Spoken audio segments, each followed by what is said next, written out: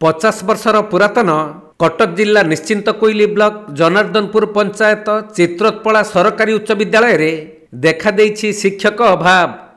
तेणु पिलांक पाठ पढ़ारे असुविधा सृष्टि हेउथवा बेले दिन थिला शिक्षादान क्षेत्र रे एही विद्यालय बेस सुनाम अर्जन करिथिला। एठारु शिक्षा लाभ करी बहु मेधावी छात्र छात्री विभिन्न उच्च पद पदवी रे अधिष्ठित होई एही विद्यालयर गौरव वृद्धि करिसंती। किंतु एबे एही विद्यालय निजर पूर्व गौरव हराइबाकू बसिलाणी। विगत 1 वर्ष ऊर्ध्व हेब आवश्यक शिक्षक पदवी खाली पड़िछि। तेणु पिलांक पाठ पढ़ारे व्याघात सृष्टि हेउथबा अभिभावक माने अभियोग आनिछंती। एठारे मोर पिला पाठ पढ़ुअछि एई स्कूलर केतोडिक मौलिक समस्या रहिछि। एई समस्या मान मध्य शिक्षक खाली पड़िथिया शिक्षक होउछन्ति मुख्य समस्या। एठारे 6ठ रु 10वीं श्रेणी पर्यंत क्लास रही अछि। यह एक नोडाल हाई स्कूल। स्कूलर स्ट्रेंथ होछि 262, मात्र शिक्षक संख्या होउछन्ति 7, जोरा कि हाई स्कूल रे मात्र 4 जण शिक्षक अछन्ति। एठारे विज्ञान शिक्षक नांती, गणित शिक्षक नांती, इंग्राजी शिक्षक नांती, खेल शिक्षक नांती, हिंदी शिक्षक नांती। छुआकर पाठ पढ़िया बहुत असुविधा हेउछि। आउ किछि दिन होला पर मैट्रिक परीक्षा छुआ मान देबे। बर्तमान अभिभावक सब चिंतार विषय छुआ किभली भावे पाठ पढ़े किभली भाव परीक्षा पास करेंगे। हाँ, आम सरकार निकट में दाबी करूँ सरकार तुरंत यार समाधान करी शिक्षक नियुक्ति कले आम्भे सरकार निकट में एतिकी दाबी रखुछु सरकार यह पूरण करंतु। तेबे एही विद्यालय रे 6ठ रु 10वीं पर्यंत 5टी श्रेणी रही। छात्र छात्री संख्या 262 रही बेले प्रधान शिक्षकों को मिसाई 5टी शिक्षक पदवी खाली पड़ी। तेणु ए संपर्क में बारंबार निश्चिंत कोइली मंडल शिक्षा अधिकारी एवं विभागीय उच्च कर्तृपक्ष को अवगत करा जाइथिले मध्य कौनसी सुफल मिलूनाही। फलरे विज्ञान, गणित, हिंदी इत्यादि विषय गुड़िकरे पिला माने अध्ययनरू वंचित हेउछंती। मोर पुआ 8म श्रेणी पढ़ुची। आम स्कूल रे एक मौलिक समस्या होची शिक्षक अभाव। आम दीर्घ 2 मास हेलुनी जिला शिक्षा अधिकारी कटक को लिखित भाव में जणाइछु। अथच एपर्यंत शिक्षादान आरंभ होगी गोटे फास्ट 3 मासिया परीक्षा सैलानी।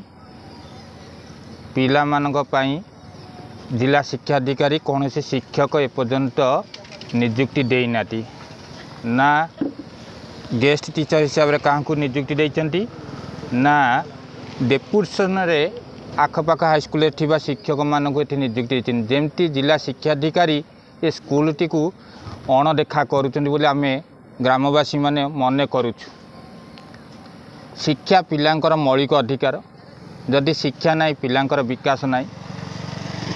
तेणु यही 10म 9म 8म श्रेणी 6ठ 7म पढ़ुवा पिला माने पई मुख्यतः विज्ञान, गणित, इंग्राजी यही विषय गुड़िकर थिबा शिक्षक मानक जो अभाव देखा देइछि से माने कौन बा पाठ पढ़िबे एवं भविष्य रे कौन बा निजको शिक्षित भाव में गढ़ी तोलिबे, उच्चतर पाठ किपरि पढ़िबे ता प्रश्नवाची सृष्टि होइछि। तेणु मोर सम्माननीय जिला शिक्षा अधिकारी एवं सरकार को अनुरोध ये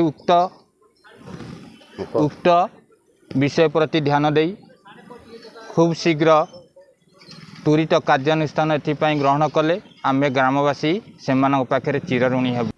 तेबे एही विद्यालयर एपरी परिस्थिति रे पिलामानक भविष्यत अंधार आड़कू जिबा भली मने हेउछि। ए दिगरे राज्य सरकार एवं उच्च शिक्षा विभाग तुरंत पदक्षेप ग्रहण करी आवश्यक शिक्षक पदवी पूरण करिबा पई अभिभावक माने दाबी करिसंती।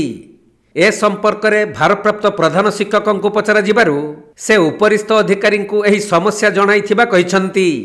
तेणु खाली देखिबाकू बाकी रहिला जे एही विद्यालय रे खाली पड़िथिबा पदवी गुड़िक केबे पूरण हेउछि। आम विद्यालय रे विज्ञान शिक्षक नांती एवं हमर गणित शिक्षक नांती। पीसीएम और सुविधान वैकेंस, पीटी वैकेंस एवं चतुर्थ कर्मचारी पियन भी 2 जण नांती। विद्यालय रे हिंदी शिक्षक भी नांती। दीर्घ 10 वर्ष भीतर हेलानी किसी पोस्टिंग आसीने हिंदी शिक्षक। आमर प्रधान शिक्षक 1 वर्ष आगे रिटायर गले अगस्ट रे। ए पर्यंत आम ऊपर डीओ ऑफिसर को आम लिखित आगे देइथिलु से कही हो ठीक अच्छे पूरण हो आम तापर आश्वासन देकी पलि आसलु पर गाँव वाले आमको आसिक पीटीएम मीटिंग रे अनेक कथा कहीगले आम हो देखा बोली कहीचु किंतु एपर्यंत आमर किसी शिक्षक पद पूरण होना एणुक आम निरवदृष्टा रही पाठ पढ़ारे बाधा होची डिमांड कौन रही आम चाहूँ जमीती हेल्ले भी आम स्कूल को सबू पद भी पूरण हो जाऊ एवं स्कूलटा सुरुखुरु चलू बोली आम आशा करूँ।